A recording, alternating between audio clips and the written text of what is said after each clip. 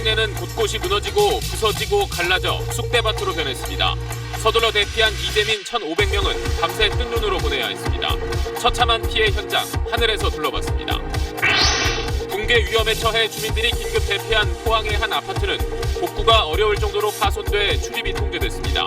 근처 다른 아파트들도 벽면 곳곳이 금이 가거나 부서져 주민 불안이 커지고 있습니다.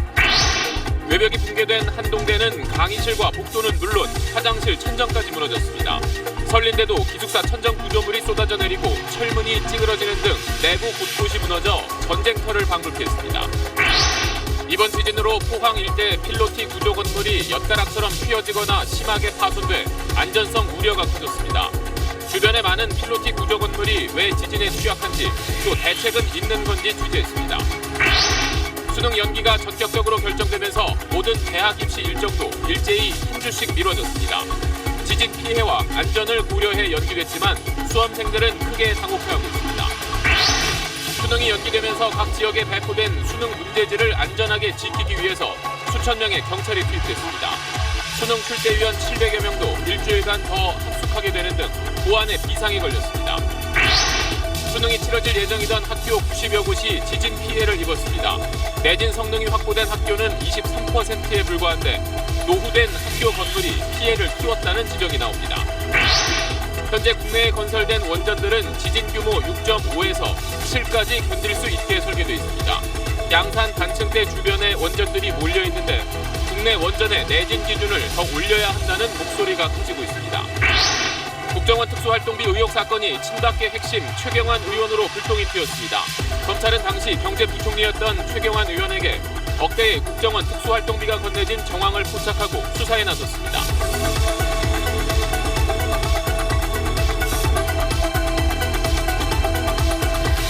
에너지를 쓰던 자동차가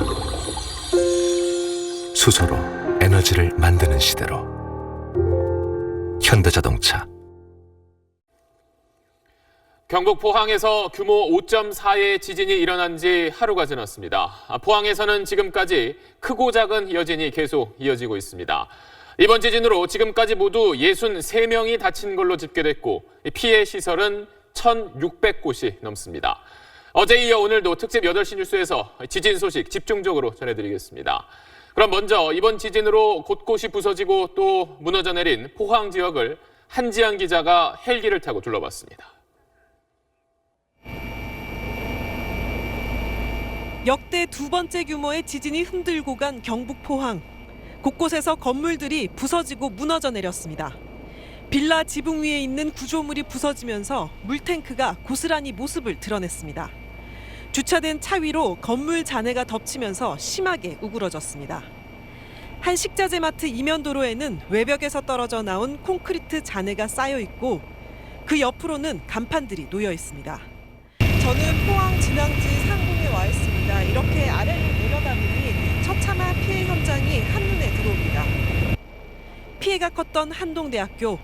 건물 외벽은 붉은색 벽돌이 뜯겨나가 하얀 모습을 드러냈고 금도 심하게 가 있습니다. 그 아래는 벽돌 잔해로 엉망이 돼버렸습니다. 오늘까지 이어진 여진의 여파로 경찰 문화센터 벽에도 구멍이 뻥 뚫렸습니다. 한옥이나 사찰 지붕이 기왓장은 여지없이 무너져 내렸고 담벼락도 맥없이 주저앉았습니다. 이번 지진으로 현재까지 총 63명이 다쳤고 1,421명이 대피한 상황입니다. SBS 한지연입니다. 네, 방금 보신 것처럼 지진이 남긴 상처는 예상보다 훨씬 컸습니다. 아파트 지붕이 내려앉기도 하고 또 담벼락이 주저앉은 곳도 많아서 추가 피해도 걱정됩니다. 포항 시내 피해 상황은 이어서 김기태 기자가 취재했습니다. 포항시 북구의 한 아파트 맨 위층입니다. 거실에 돌무더기가 쌓여 있습니다. 아파트 지붕 벽돌이 지진을 이기지 못하고 아래쪽 가정집 거실로 쏟아져 내린 겁니다. 안방과 화장실에도 쏟아진 벽돌이 가득 쌓여 있습니다. 포항의 또 다른 아파트. 아파트 옆에 세워져 있던 담벼락이 보시는 것처럼 폭삭 무너져 내려 이렇게 산산조각이 나 있습니다. 나머지 담벼락도 여전히 기울어져 있어 추가 붕괴마저 우려되는 상황입니다. 무너진 잔해를 볼 때마다 지진 당시의 공포가 떠오릅니다. 다시 또 이게 이러니까 또 저쪽 담 저런 데도 막 금이 다 나오고 이렇잖아요. 또 무너질까 봐 겁나지. 학원 건물 앞 인도에도 돌덩이들이 방치돼 있습니다. 건물 외벽이 부서지면서 아래로 떨어진 건데 자칫 학원생과 주민들이 크게 다칠 뻔했습니다. 벽돌이 와르르 무너질 때 제가 그 뒤에 화장실 나올 텐데 엄청난 경험으로 떨어졌고 바로 옆 주택은 곳곳이 비틀어지고 갈라지면서 아예 출입이 통제됐습니다. 화분은 박살났고 유리창도 깨진 채 그대로입니다. 지난 1964년 준공된 포항 북부경찰서 경찰문화센터도 지진을 피해가지 못했습니다. 붕괴 위험에 경찰들이 도로를 통제하며 접근을 막고 있습니다. 역대 두 번째로 큰 규모 5.4 지진은 인구 50만 명의 도시에 깊은 상처를 남겼습니다. SBS 김기태입니다. 지진으로 건물이 기울고 또 금이 가서 위태로워 보였던 포항의 한 아파트 저희가 어제 전해드렸는데 하루가 지나고 오늘 다시 현장을 가봤더니 복구가 어려운 수준의 심각한 상태인 걸로 드러났습니다. 송성준 기자가 현장을 다녀왔습니다. 어제 지진 직후 주민들이 급히 대피했던 아파트입니다. 한눈에 봐도 아파트가 뒤쪽으로 기운 모습이 역력합니다. 현관 쪽 베란다 창문 지지대는 휘어져 있고 아파트 뒤쪽 창틀도 크게 뒤틀렸습니다. 건물 벽체는 곳곳이 무너지거나 파손돼 출입이 통제되고 있습니다. 답답하죠.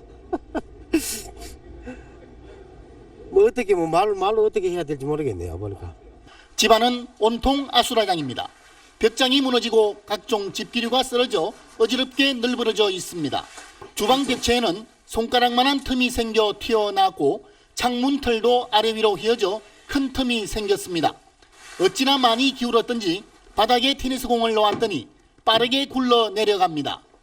음식을 시켜놓고 채 먹기도 전에 뛰쳐나와 당시의 긴박했던 상황을 여실히 보여주고 있습니다. 나오세요, 아저씨. 필요한 물품만 급히 싸들고 대피했던 주민들은 이틀째 집에 들어가지 못해 그야말로 피난살이 신세입니다. 착잡하죠. 앞으로 걱정도 되고 지금 어떻게 대책이 없어요. 이 아파트 6개 동 가운데 3개 동이 기울어지고 붕괴 위험이 있어 출입이 통제됐습니다. 지지하고 있는 벽이 완전히 무너져가지고 전체적으로 완전히 내려앉는 상태거든요. 도저히 재생이 불가능한 상태예요. 인근 다른 아파트도 벽면 전체가 금이 가거나 부서져 있고 또 다른 아파트는 한쪽 담장이 무너지고 지탱하던 흙 지지대까지 드러났습니다. 아파트 주차장 바닥에는 큰 균열이 생겼고 옥상에는 물탱크가 찢어져 물이 새 주민 불안이 커지고 있습니다. SBS 송승준입니다. 진안과 가까웠던 포항의 한동대와 설린대는 건물 외벽뿐 아니라 내부 피해도 심각했습니다. 이번 주말까지 학교 문을 닫고 안전진단에 들어갔습니다. 이용식 기자가 내부 현장을 둘러봤습니다. 지진이 뒤흔들고 간 포항 한동대. 건물 옆에는 와르르 무너져 내린 벽돌들이 가득 쌓여 있습니다. 외벽 벽돌들도 상당 부분 떨어져 아슬아슬하게 매달려 있습니다. 놀래가지고 저 내려오는 도중에 막 폭발하는 느낌 그런 게 나서 무서웠어요. 건물 내부는 더 심각합니다. 강의실 복도 벽면 곳곳이 갈라졌고 곳곳에 집기들이 뒤죽박죽 뒤엉켜 있습니다. 화장실 천장은 바닥으로 곤두박질 쳤고 철골만 앙상하게 남았습니다. 원형 의자 등받이 없는 거 앉았었는데 거의 반 넘어졌다가 무릎 땅에 닿고 다시 일어났어요. 진앙에서 3km가량 떨어진 설린데도 지진의 충격을 피해가지 못했습니다. 기숙사 내부는 더 처참합니다. 지진 충격을 그대로 받은 기숙사 5층 복도입니다. 보시는 것처럼 무너져 내린 벽돌 더미와 건축 자재로 진입조차도 불가능한 상태입니다. 천장을 떠받쳤던 구조물은 엿가락처럼 휘었고 절반쯤 남은 벽체도 위태롭기 짝이 없습니다. 찌그러진 문 사이로 생활 도구들이 어지럽게 널려 있습니다. 그 정밀 안전 진단까지 계획하고 있습니다. 그게 끝나서 이제 완전히 저희 기숙사 안전이 보장되고 수리를 최우선으로 하기로 했고. 두 대학은 주말까지 휴업을 결정하고 안전 진단에 착수했습니다.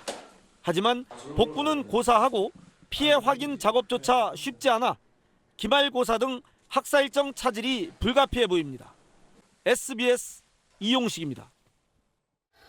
이번 지진에 특히 피해가 컸던 곳은 1층에 벽 대신 기둥을 세우고 그 공간을 주차장으로 많이 쓰는 이른바 필로티 구조의 건물들이었습니다. 건물을 지탱하는 기둥들이 순식간에 부서지기도 했는데 어제 지진 당시 CCTV 화면 한번 보시겠습니다. 류란 기자입니다. 지은 지 3년밖에 안 된 포항의 한 원룸 건물입니다. 지진 발생 직후 CCTV 화면이 흔들리는가 싶더니 건물을 지탱하는 기둥의 콘크리트가 순식간에 부서져 내리면서 내부 철골 구조물까지 휘어집니다. 건물 1층을 받치는 기둥들이 뒤틀리고 부서지는데 채 3초도 걸리지 않았습니다. 기둥 속 철근이 밖으로 드러나 있고 떨어진 구조물이 바닥에 나뒹굽니다. 하루가 지난 오늘 건물은 여전히 위태로운 상태입니다. 집안 내부는 지진 당시의 충격을 말해주듯 살림살이들이 뒤섞여 있습니다. 주민들은 혹여 건물이 무너질까 걱정돼 발만 동동 구릅니다.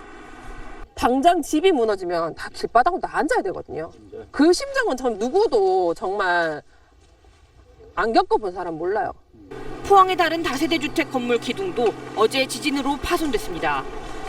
다행히 다친 사람은 없었지만 기둥 3개의 크게 균열이가 임시로 쇠기둥 10여 개를 받쳐둔 상태입니다. 완전히 붕괴 상태죠, 붕괴.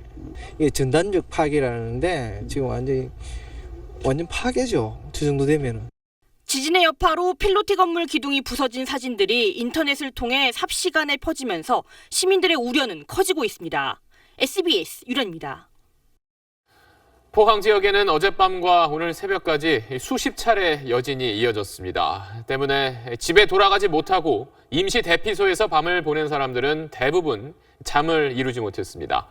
피해 지역 분들에게 참 길게 느껴졌을 지난 밤 상황을 현지에서 원종진 기자가 취재했습니다.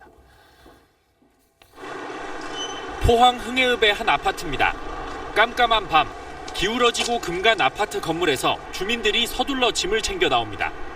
일주일 안팎이라서 좀 안전한 곳으로 가려고 하고 또 짐 이렇게 챙기고 있는 도중에도 여진이 발생해서 또 많이 놀랐어요. 옆 아파트 주민들도 이불과 가재도구 몇 가지를 챙겨 들고 서둘러 집을 나섭니다. 이 통로는 아무도 없더라고요. 너무 무서워서 못 자겠더라고요. 가야지. 예, 벽이 이러면은 안 좋거든요. 차 안에서 추위를 피하고 임시 대피소에서 놀란 가슴을 달래보지만 불안함은 쉽게 가시질 않습니다. 집사람하고 딸내미하고 그 손녀하고 며느리하고 그래 나와 있어요. 그 집에 도저히 있지를 못해요. 불안해서. 컵라면으로 끼니를 때우고 긴급 지원된 모포를 덮고 누웠지만 쉽게 잠들지 못합니다.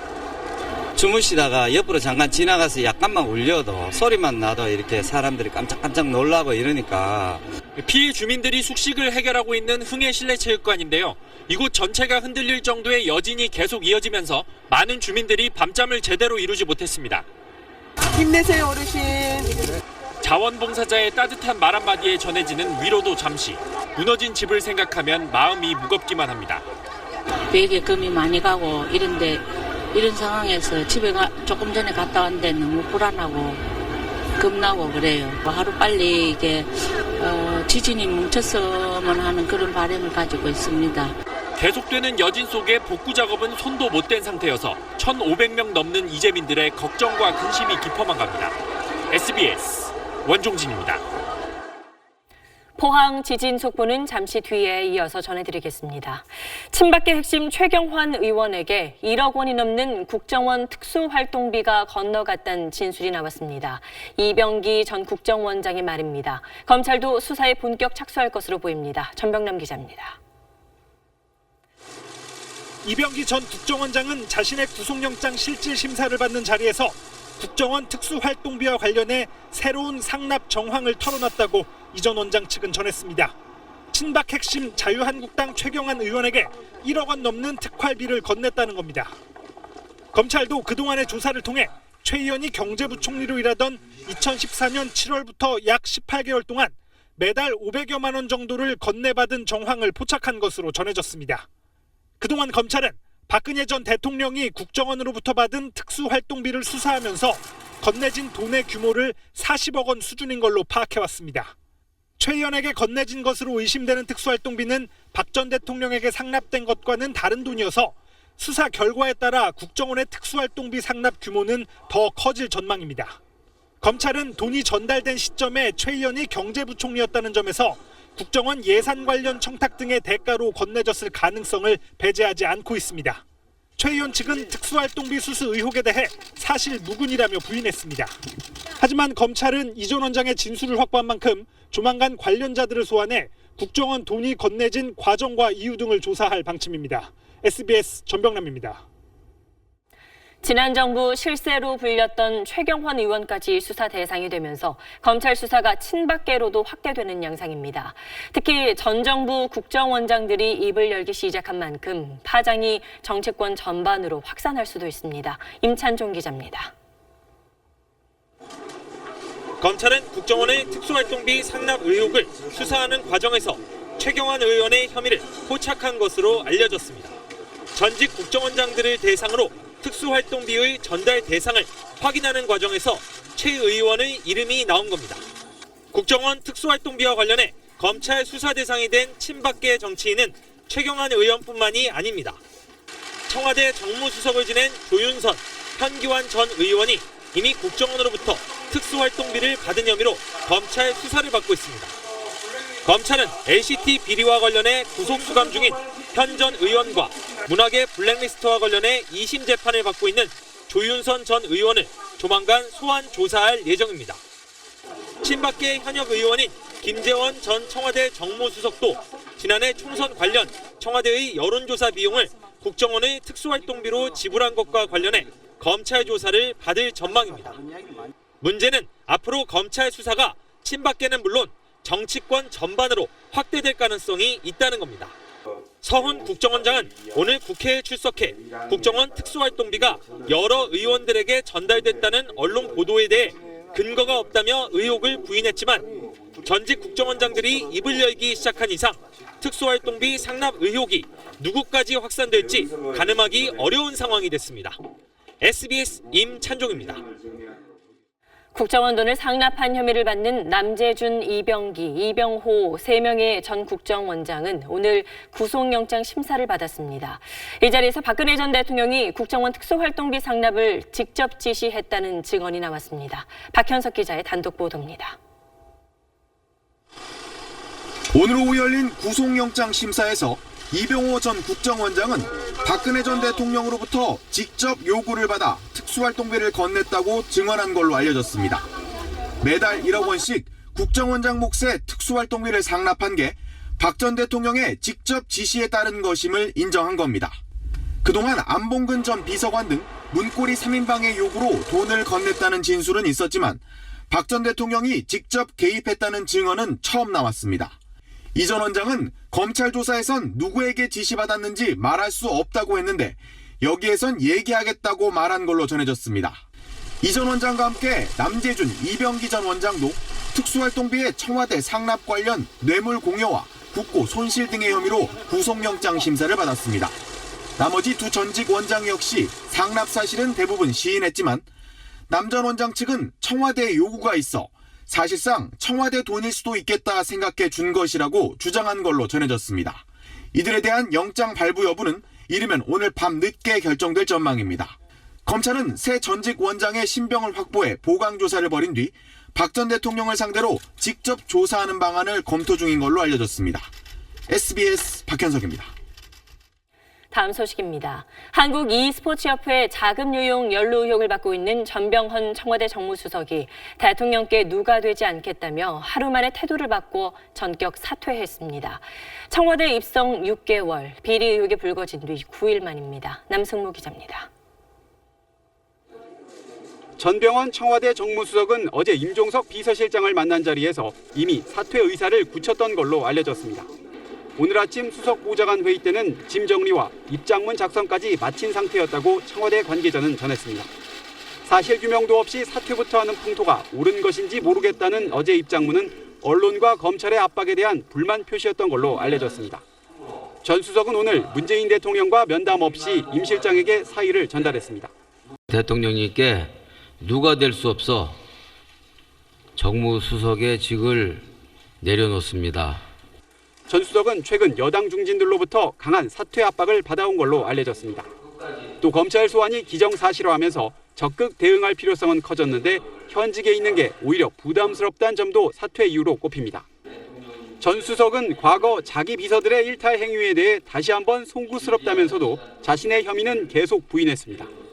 그 어떤 불법 행위에도 관여한 바가 없음을 다시 한번 분명하게 말씀드립니다. 청와대는 검찰 수사를 통해 진실이 밝혀지길 바란다고만 밝혔습니다. 야당은 일제히 성역 없는 수사를 촉구했습니다. 전 수석의 거취 문제가 마무리되면서 부담을 덜어낸 현 정부의 적폐청산 드라이브가 더 속도를 낼 거란 전망도 나옵니다. SBS 남승모입니다. 검찰은 전병헌 전 청와대 정무수석을 다음 주에 피의자 신분으로 소환 조사할 방침입니다. 검찰은 전병헌 전 수석이 한국 e스포츠협회를 통해 금전적 이득을 챙긴 걸로 보고 있습니다. 윤나라 기자입니다. 전병헌 전 정무수석의 사퇴로 검찰 수사에도 속도가 붙었습니다. 검찰은 전 수석을 다음 주 피의자 신분으로 소환할 계획입니다. 박근혜 전 대통령과 최순실 씨가 미르와 K스포츠재단을 통해 이권을 챙기려 했던 것처럼 전 수석이 e스포츠협회를 통해 이권을 챙겼다는 게 검찰의 판단입니다. 앞서 전 수석의 의원 시절 비서관이었던 윤문용 씨는 롯데홈쇼핑 재승인 과정의 흠결을 문제 삼지 않는 대가로 e스포츠협회에 후원금 3억 3천만 원을 내게 한 뒤 그중 1억여 원을 챙긴 혐의 등으로 구속됐습니다. 당시 전 수석은 e스포츠협회의 명예회장이었습니다. 윤 씨의 협회자금 유용과 이를 위한 돈 세탁을 도와준 혐의로 e스포츠협회 사무총장 조모 씨도 어젯밤 구속됐습니다. 조 씨는 검찰 조사에서 윤 씨가 전 수석의 선거 자금으로 쓸 것이라며 1억여 원을 요구했다고 진술한 것으로 전해졌습니다. 검찰은 또 e스포츠협회가 전 수석의 의원 시절 의원실 인터넷 급여를 대신 지급한 정황도 확보했습니다. 검찰은 롯데홈쇼핑이 자사 사업과 관련이 없는 e스포츠협회에 거액을 낸 의혹과 관련 정황들에 대해 전 수석을 상대로 경위와 대가성을 집중 추궁할 계획입니다. SBS 윤나라입니다. 지진 관련 소식 다시 이어가겠습니다. 지진의 여파로 오늘 치러질 예정이던 수능 시험이 일주일 뒤로 전격 연기되면서 모든 대학의 입시 일정도 한 주씩 미뤄졌습니다. 정부는 건물 안전 진단을 한 뒤에 다음 주 화요일 수험생들에게 시험 볼 장소를 통보할 계획입니다. 먼저 노유진 기자입니다. 교육부는 수능 시험을 일주일 연기한 데 맞춰 각 대학 수시 정시 모집 일정도 일제히 한 주씩 미루기로 했습니다. 당장 이번 주 토요일부터 시작되는 대학별 논술고사는 모두 다음 주로 연기됐습니다. 수능 시험을 보기 전에 논술고사를 보게 될까 봐 마음 졸였던 수험생들은 한시름 놓게 됐습니다. 수시 모집 일정을 일주일씩 연기하고 수능 시험 이후의 이의 신청, 정답 확정 등 일정 또한 일주일씩 수년하도록 하겠습니다. 수능 시험이 연기되면서 결과 발표도 늦춰지게 됐지만 채점 기간을 예정보다 하루 줄여 12월 12일 수능 성적을 발표할 예정입니다. 교육부는 또 수험생들과 학부모들의 불안감을 고려해 전국적으로 학교별 안전진단을 시행하겠다고 밝혔습니다. 또 포항 지역 학생들에겐 고사장이 바뀌면 수능 이틀 전인 21일까지 고사장을 다시 통보할 계획입니다. 포항 지역은 아예 대구 같은 다른 지역에서 시험을 볼지 아니면 진앙에서 멀어 상대적으로 피해가 작은 남구 쪽에 고사장을 추가로 마련할지 논의하고 있습니다. 대입 일정뿐 아니라 다음 주로 예정된 특목고와 자사고의 입학 면접도 일부 연기됐습니다. 고입 면접관인 고등학교 교사들이 수능 감독관으로 참여해야 해서 일정이 겹치기 때문입니다. SBS 노유진입니다. 어제 오후까지만 해도 교육부는 예정대로 원래 오늘 수능 시험을 치르려고 했습니다만 포항에 여진이 계속되고 일부 고사장 건물에서 균열이 확인되자 분위기가 급변하기 시작했습니다.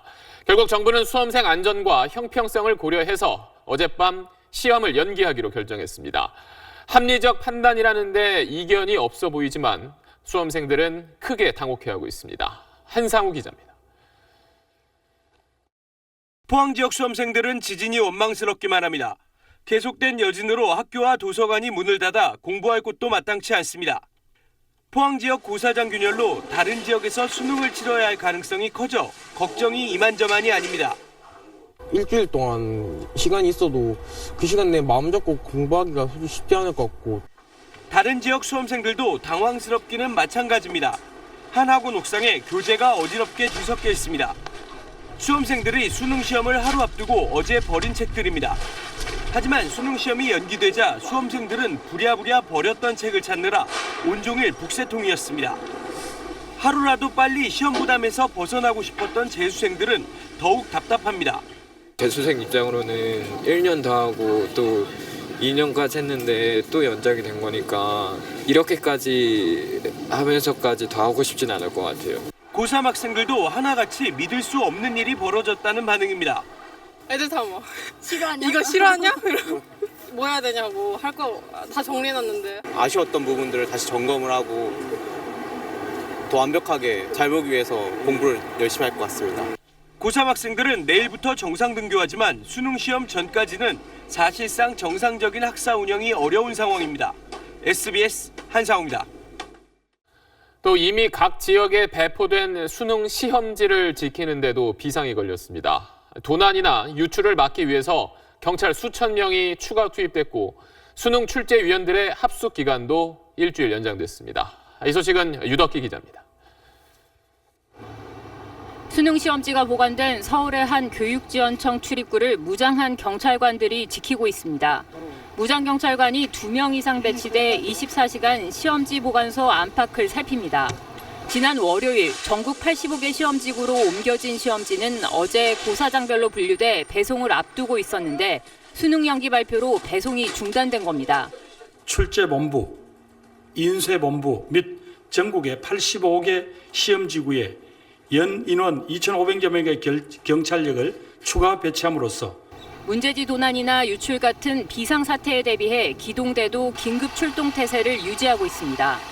수능 시험이 도입된 이후 도난 사고는 없었지만 1992년 학력고사 시절 시험 하루 전날 한 대학에 보관 중이던 문제지 일부를 도난당해 시험이 20일 미뤄진 적이 있습니다.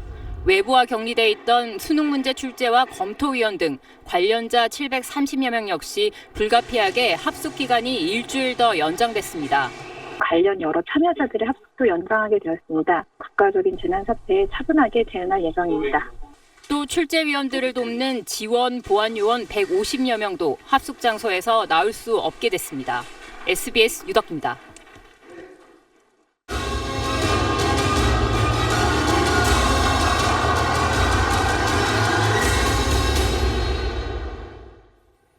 지금부터는 지진에 대비한 우리의 안전 현실 하나씩 짚어보겠습니다.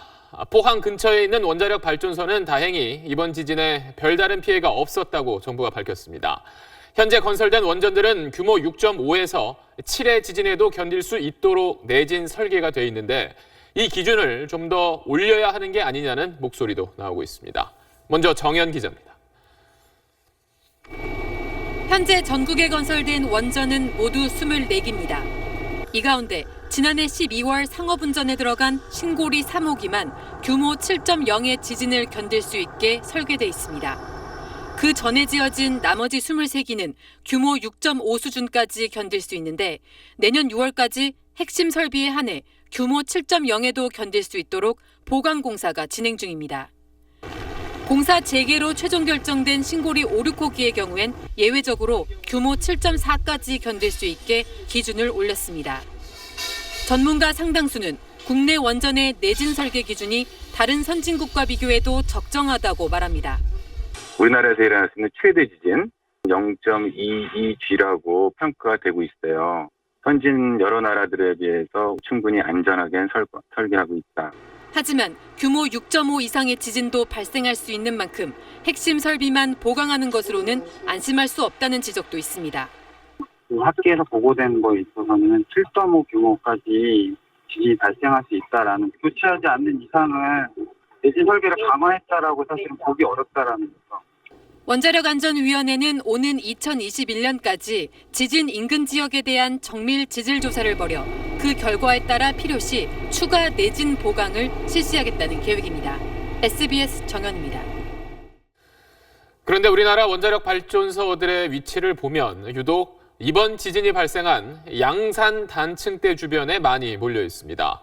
지진 위험이 큰 단층대를 피해서 지어야 하는 원전들이 왜 이 지역에 많이 들어서게 된 건지 손승욱 기자가 취재했습니다. 지난해 경주 지진과 이번 포항 지진은 양산 단층대와 관련이 있는 것으로 추정됩니다. 양산 단층은 경북 영덕에서 부산에 이르는 영남 지역 최대 단층으로 이 주변에는 이외에도 길고 짧은 여러 단층이 존재합니다. 그런데 바로 이 여러 단층 주변에 월성 신월성 원전 6기와 고리 신고리 원전 10기가 위치합니다. 학계에서는 양산 단층을 지진 가능성이 높은 활성 단층으로 보는데 그 주변에 원자력 발전소가 몰려 있는 겁니다. 원전을 짓기 시작하던 1970년대 단층에 대한 조사가 부족했던 게 그 원인입니다. 그 당시에 우리나라는 지질학이 그렇게 발달돼 있지 않았고 활성단층에 대한 개념조차 없었고 나중에 활성단층이 하나 둘씩 발견하기 시작한 거죠. 또 대규모 중공업 단지가 있어 전기가 많이 필요했던 포항과 울산, 부산 주변 땅을 물색한 탓도 있습니다. 한수원은 냉각수가 풍부한 바닷가 가운데 고리와 월성 지역의 안반이 튼튼하다는 조사 결과도 부지 선정 요인이었다고 설명했습니다. 하지만 최근 잇따른 지진으로 단층대 위 원전을 놔둬야 하느냐는 논란이 커지면서 노후 원전이라도 서둘러 폐쇄해야 한다는 목소리가 커지고 있습니다. SBS 손승욱입니다.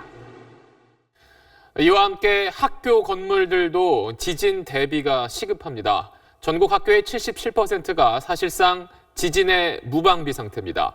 실제 이번 지진으로 포항에서도 91개 학교가 피해를 봤는데 내진 성능을 갖추지 못한 오래된 건물들이 많았습니다. 이 소식은 박찬근 기자입니다. 포항의 한 고등학교. 자동차와 철골 구조물이 양옆으로 심하게 흔들리더니 3초도 안 돼 놀란 학생들이 황급히 뛰어나옵니다. 학교 안에선 고3 학생 등 수험생 400여 명이 수능 예비 소집일 교육을 받고 있었습니다. 지진 하루 만에 확인된 포항 학교들엔 지진의 흔적이 역력하게 남았습니다. 건물벽은 쩍쩍 갈라졌고 천장엔 군데군데 구멍이나 철골이 그대로 드러났습니다. 복도 벽면엔 10m 정도의 큰 균열이 생겨 임시로 종이를 붙여 가려놨습니다. 교실 안도 상황은 마찬가지입니다.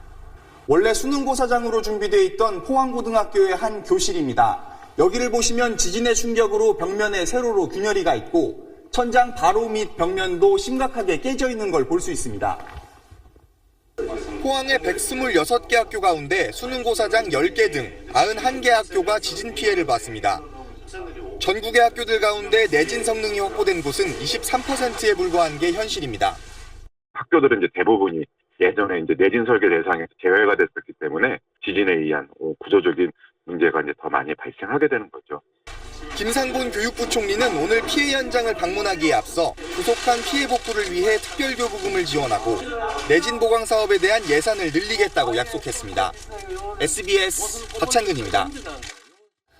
네, 앞서 전해드린 것처럼 지진에 취약한 필로티 구조 건물은 이제 포항뿐 아니라 전국에서 흔하게 볼 수 있습니다.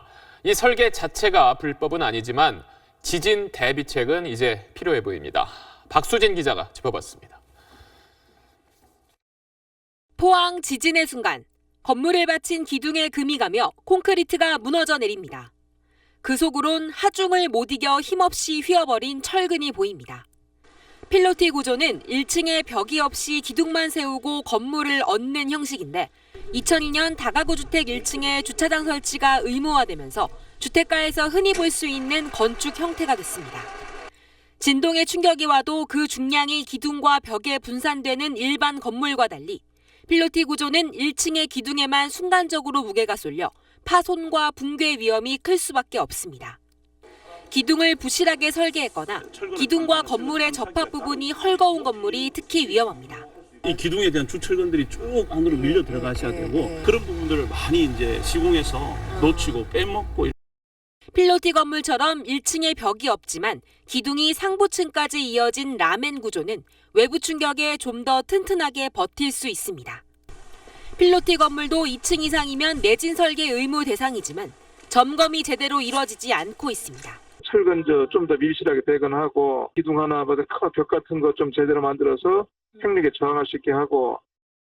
주거민의 불안감이 커진 상황에서 필로티 건물에 대한 안전성 강화 대책이 시급한 상황입니다. SBS 박수진입니다.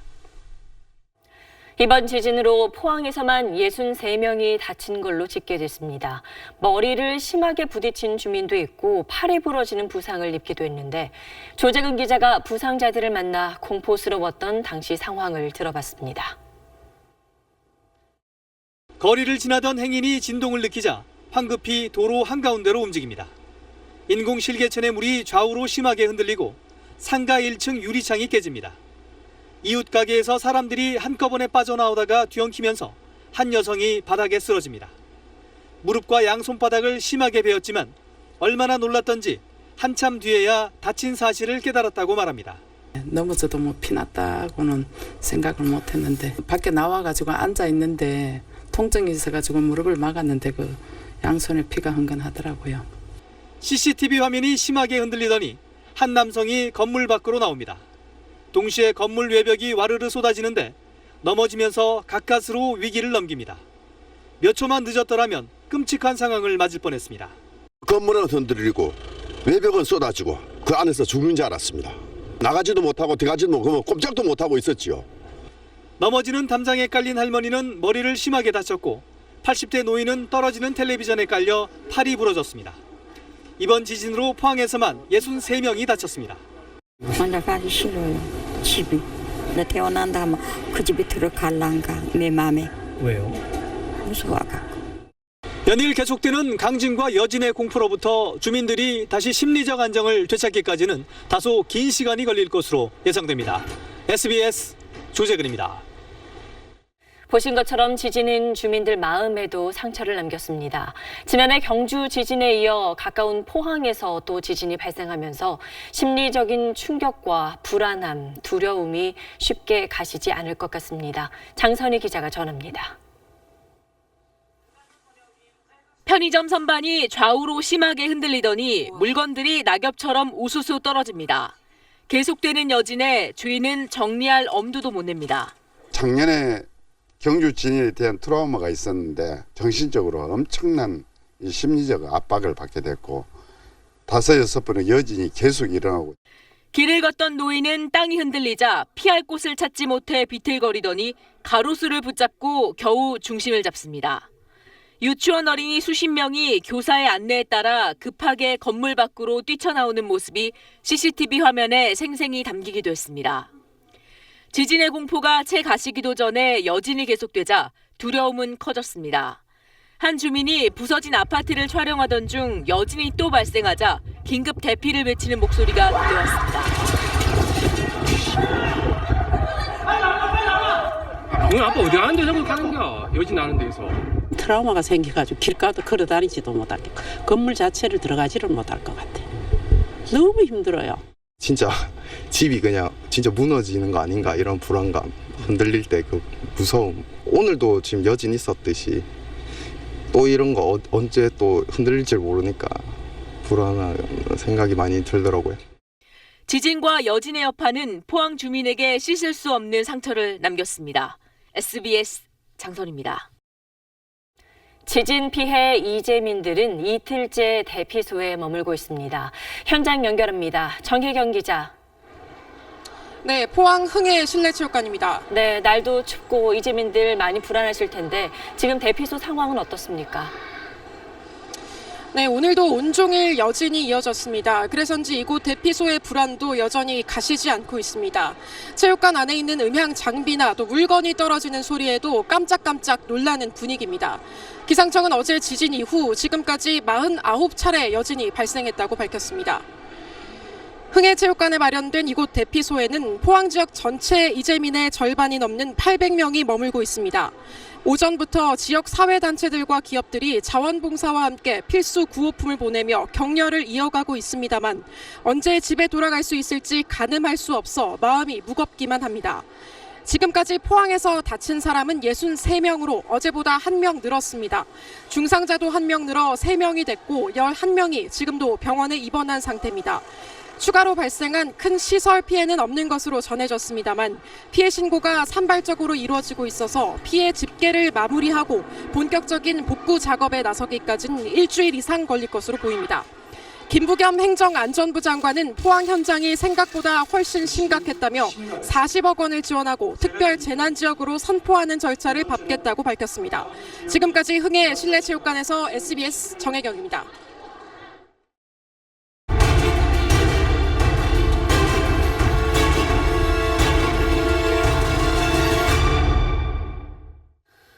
네, 지난해 경주에 이어 포항에서 강한 지진이 발생하면서 이제 지진이 도미노처럼 다른 지역으로 이어지는 것 아니냐는 우려도 나오고 있습니다. 이런 가운데 한반도 동남쪽에서 또 다른 지진이 발생할 가능성도 제기되고 있습니다. 안영인 기자입니다.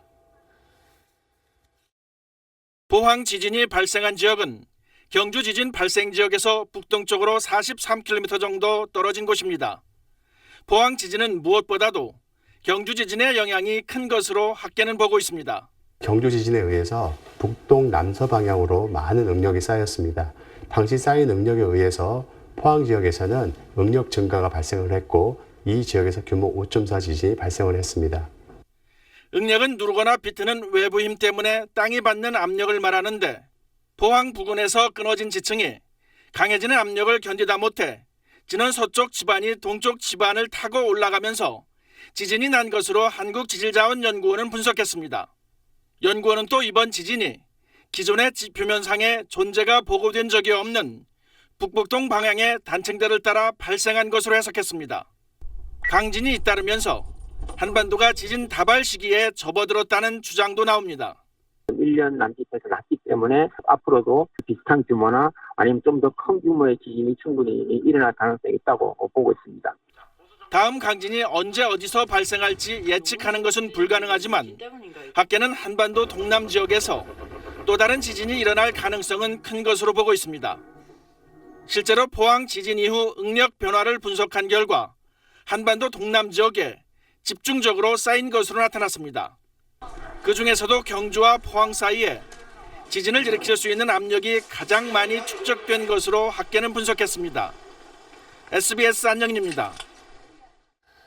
네, 이제 우리나라도 더 이상 지진에서 자유로울 수 없다는 게 다시 확인된 만큼 앞으로 언제 어디에서 또 얼마나 큰 지진이 일어날지 걱정과 함께 궁금증도 커지고 있습니다. 정구희 기상 전문 기자가 시청자분들이 궁금해할 만한 내용을 자세히 풀어드리겠습니다. 어제 규모 5.4 지진 이후 더 큰 지진은 아직 발생하지 않았습니다. 하지만 가까운 시일 안에 비슷한 진원에서 더 큰 지진이 일어나면 어제 지진이 전진이 되는 겁니다. 경주 지진 경우에는 5.1의 전진이 오고 1시간 뒤에 5.8의 본진이 있었습니다. 작년 일본 구마모토 지진은 규모 6.5의 지진이 먼저 오고 이틀 뒤에 7.3의 본진이 오면서 피해가 막심했습니다. 일주일 정도는 가능성을 열어놓고 지켜봐야 할 것 같습니다. 앞서 리포트에서도 보셨겠지만 지진이 발생하는 건 땅의 지진을 일으키는 힘, 즉 응력이 쌓이기 때문인데 응력이 쌓이면 강한 지진이 발생하고 응력이 풀리면 지진이 잦아듭니다. 지질자원연구원이 이번 포항 지진을 분석했는데 일단 경주 지진보다는 여진의 빈도가 적고 응력이 빠르게 해소되는 형태로 보고 있습니다. 과거 역사 기록을 살펴볼 때 지진은 다발성으로 찾아오는 경우가 많았습니다. 짧은 주기에 한꺼번에 발생한다는 겁니다. 경주 지진과 이번 포항 지진도 그 일환으로 보입니다. 가까운 시일 안에 더 강한 지진이 올지는 아무도 확신할 수 없지만 포항과 경주 지진으로 주변 단층이 영향을 받은 만큼 당분간 크고 작은 지진들이 이어질 것이라는 게 학계의 주된 의견입니다. 규모 5에서 6 지진은 한반도 언제 어디서나 나타날 수 있습니다. 지난 2012년 지질자원연구원이 한반도 단층에 대해서 조사를 했는데요. 대표적인 게 이번 지진의 진원에서 가까운 양산 단층과 수도권을 가로지르는 추가령 단층입니다. 지질자원연구원은 추가령 단층을 양산 단층과 함께 지진 활동을 할 가능성이 가장 높은 단층으로 분류하고 있습니다. 서울도 안심할 수 없는 겁니다. 과거 500년 동안만 해도 진도 7 이상의 강진이 서울 지역에서만 3번 있었고 가장 최근 것은 1692년에 있었다는 연구 결과도 있습니다. 지난 9월 2일 북한 6차 핵실험 정말 강력했습니다. 남한에서도 진동이 느껴질 정도였는데요. 북한이 핵실험을 자꾸 하니까 한반도 지각에 문제가 생긴 것 아니냐는 궁금증이 있습니다. 경주 지진 때 포항에는 2.74만큼 최대 지반 가속도가 생겼는데 북한 핵실험으로 인해서는 0.0049 영향이 있었습니다. 북한 핵실험으로 인한 영향이 경주 지진의 559분의 1 정도로 미약했다는 겁니다. 강한 핵실험은 물론 땅에 영향을 주지만 현재 측정된 값으로만 보면 그 영향은 크지 않아 보입니다. SBS 정구입니다. 네, 이번 지진에 건물 외벽이나 담벼락이 많이 파손되면서 근처에 주차돼 있던 차량 피해가 꽤 클 걸로 보입니다. 하지만 지진 같은 천재지변의 경우 자동차는 사실상 보험으로 보상받을 길이 없습니다. 조성현 기자가 설명하겠습니다.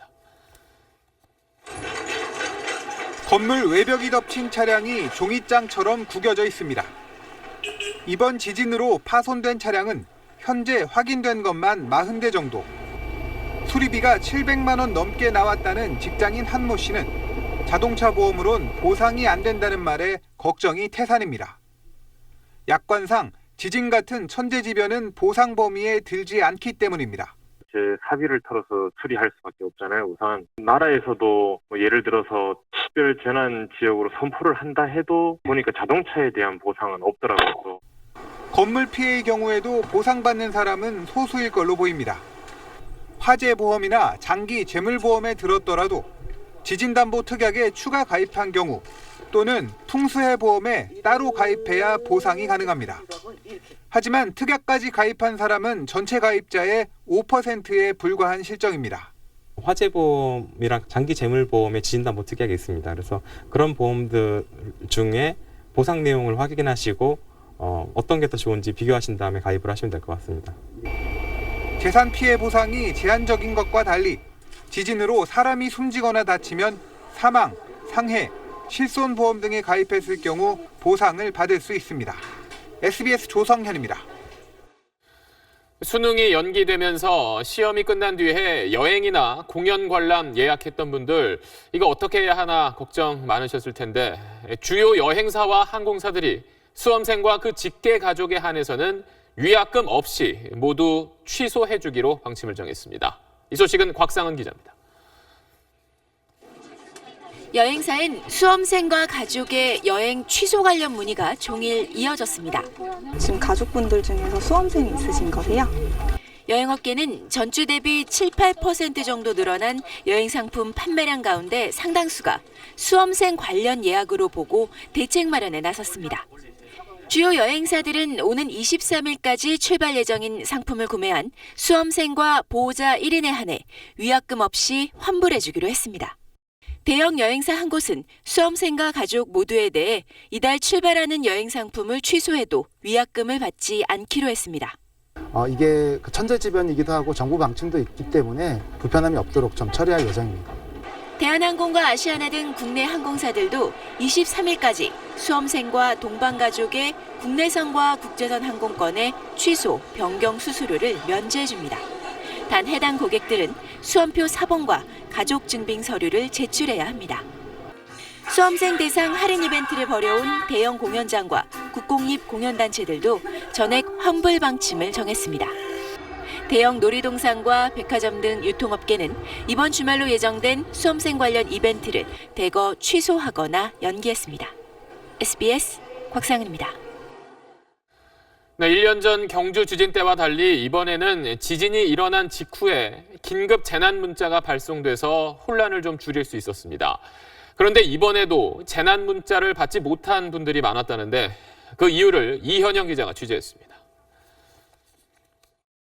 지진이 발생하고 기상청이 긴급재난 문자를 발송하는 데 걸린 시간은 25초. 지진 발생 이후 1분 이내인 오후 2시 30분에 수신돼 수도권에서는 진동이 감지되기 전에 문자를 받기도 했습니다. 갑자기 띠띠띠 막 소리가 나더라고요. 그래서 이거 무슨 소리인가 해서 처음에는요. 근데 조금 있으니까는 흔들리더라고요. 그래서 그때서 알았어요. 아, 이게 지진 문자구나 하고. 지난해 경주 지진 때 늑장 재난 문자 문제가 불거져 올해 8월부터 시스템 개선이 이뤄진 겁니다. 분석하고 보내는 것이 이원화되어 있다 보니까 전송되는데 시간이 많이 걸렸습니다. 그 시간을 1초라도 줄이기 위해서 기상청에서 직접 분석하고 보내는 방식으로 교체하게 되었습니다. 그런데 어제 긴급재난 문자를 아예 받지 못한 사람도 많았습니다. 저는 안 왔어요. 왠지 저도 모르겠어요. 제가 신청을 안 해서 그랬나 싶기도 하고 기준이 뭔가 싶기도 하고. 이럴 경우 먼저 스마트폰이 긴급 알림 설정이 돼 있는지 확인해야 합니다. 사용함으로 해두었는데도 문자를 받지 못했다면 문자가 전송되는 순간 통신 음영 지역에 머무르는 등 일시적 문제일 수 있습니다. 2G와 3G 네트워크 사용 휴대전화에는 긴급 재난 문자 수신 시스템이 없습니다. 지난 2013년 1월 이후 만들어진 스마트폰에는 긴급재난 문자 수신용 칩이 내장돼 있는데 이 칩이 손상되면 문자 수신이 안 됩니다. 문자 수신이 불안정한 경우 안전디딤돌 앱을 설치하면 긴급 재난 알림을 받을 수 있습니다. SBS 이현영입니다.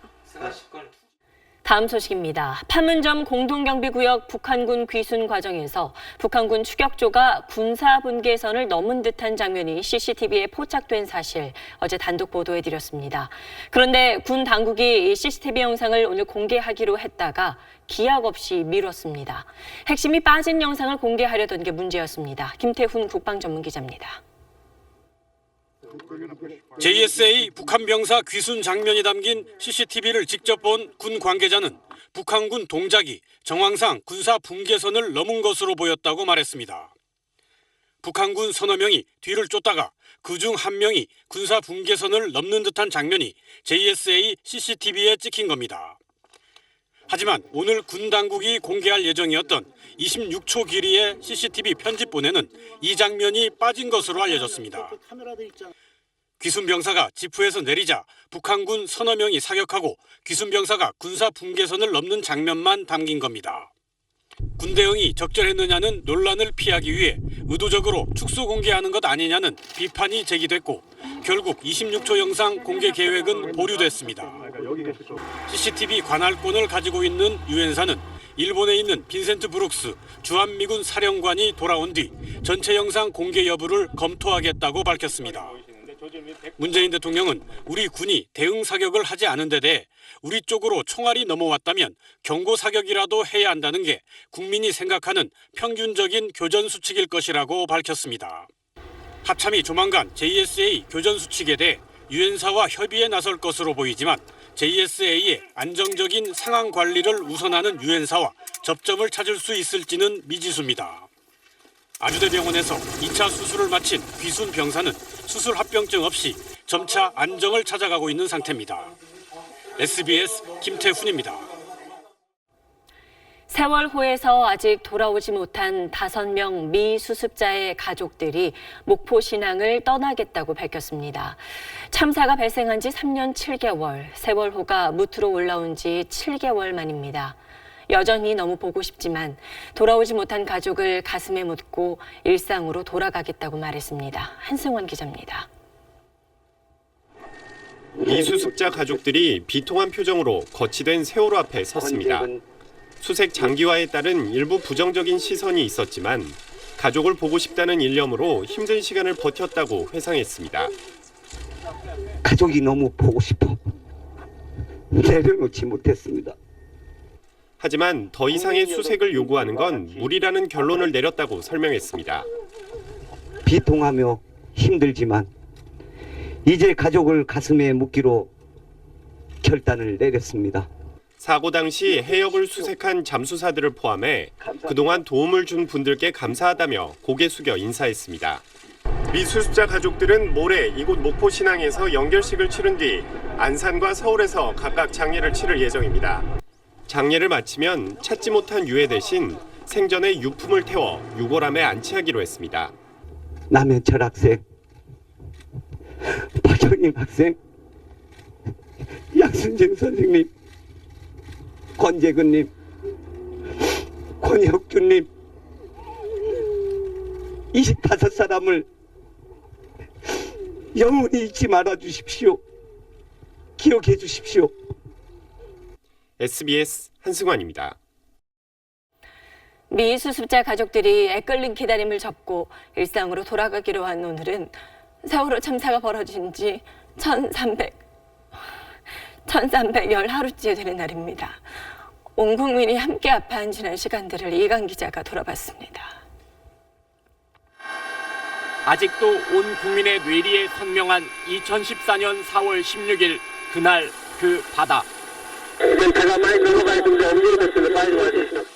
1시간 41분 만에 검푸른 바다는 세월호를 삼켰습니다. 그해 11월 우여곡절 끝에 수중 수색이 중단되자 희생자 유가족과 미수습자 가족들은 인양을 호소했습니다. 전체 인양 빨리 해서 9명의 실종자 찾고 불쌍한 우리 아이들 억울한 죽음 풀어줄 수 있게 도와주십시오. 참사 1주기가 지나서야 인양이 확정됐지만 작업은 차일피일 미뤄졌습니다. 가족들은 참사 현장에서 가장 가까운 동거차도에 천막을 치고 기약 없는 노숙을 시작했습니다. 애끓는 기다림의 시간이 지나고 지난 3월 1072일 동안 물속에 있던 세월호가 처참한 모습을 드러냈습니다.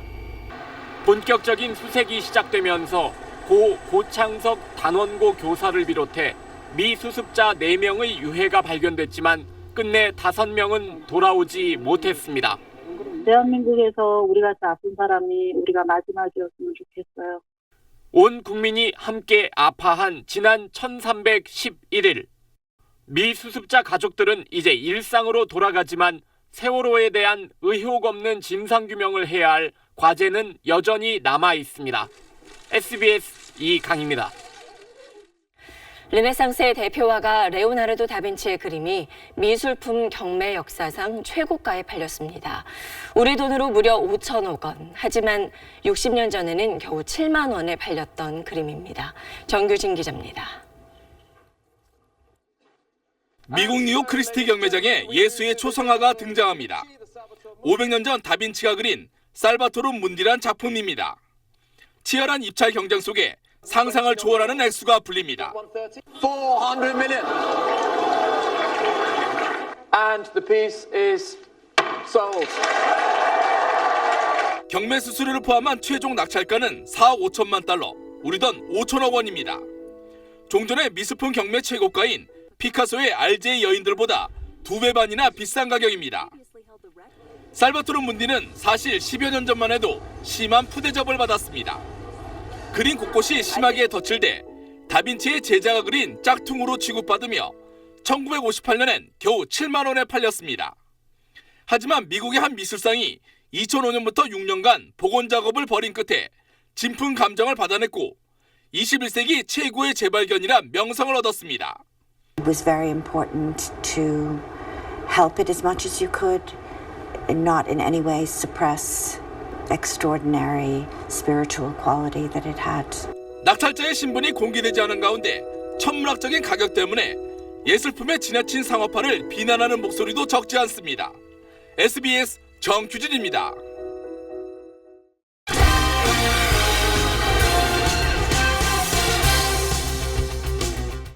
올해 국내 여자 골프 전관왕에 오른 이정은 선수는 어려운 환경을 딛고 최강자로 우뚝 섰습니다.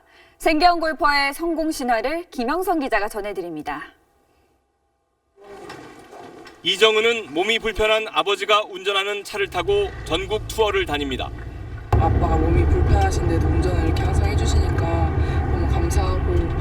어린 시절 넉넉하지 않은 가정 형편 때문에 생계를 위해 골프채를 잡았습니다. 무조건 돈을 벌기 위해서 레슨을 해서 좀 엄마 아빠한테 좀 보탬이 되고 힘든 부분을 좀 이겨내 보려고 시작했는데 주변의 차가운 시선에 상처도 많이 받았습니다. 중고채를 쓰던지 다른 선수들이 뭐 쓰던 거를 받아서 쓰는 경우가 많았는데 그래서 더 이 악물고 한 것 같아요. 좀 인내심과 용기가 내공으로 쌓여 그녀를 더욱 단단하게 만들었습니다. 부족했던 숏게임을 보완하자 차원이 다른 선수가 됐습니다. 이정은이 올해 4승을 몰아치고 다승과 상금, 대상, 평균 타수 등 전 부문을 석권한 비결입니다. 지난 9월 작성한 12언더파 60타는 투어 사상 18홀 최소타 기록으로 남았습니다. 가장 큰 행복을 누리고 있는 것 같아서요. 좀 낯선 환경에서 살고 있는 기분이에요. 생계를 위해 시작했던 골프가 지금은 그녀에게 어떤 의미일까? 꿈의 세계로 들어갈 수 있는 문? SBS 김영성입니다.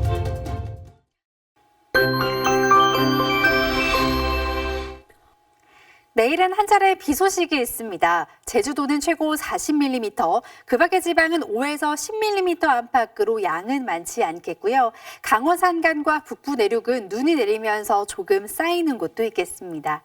내일 기온 자체는 오늘보다 높겠습니다. 하지만 비구름 뒤로 찬바람이 불어오면서 밤부터 급격하게 날이 추워지겠습니다.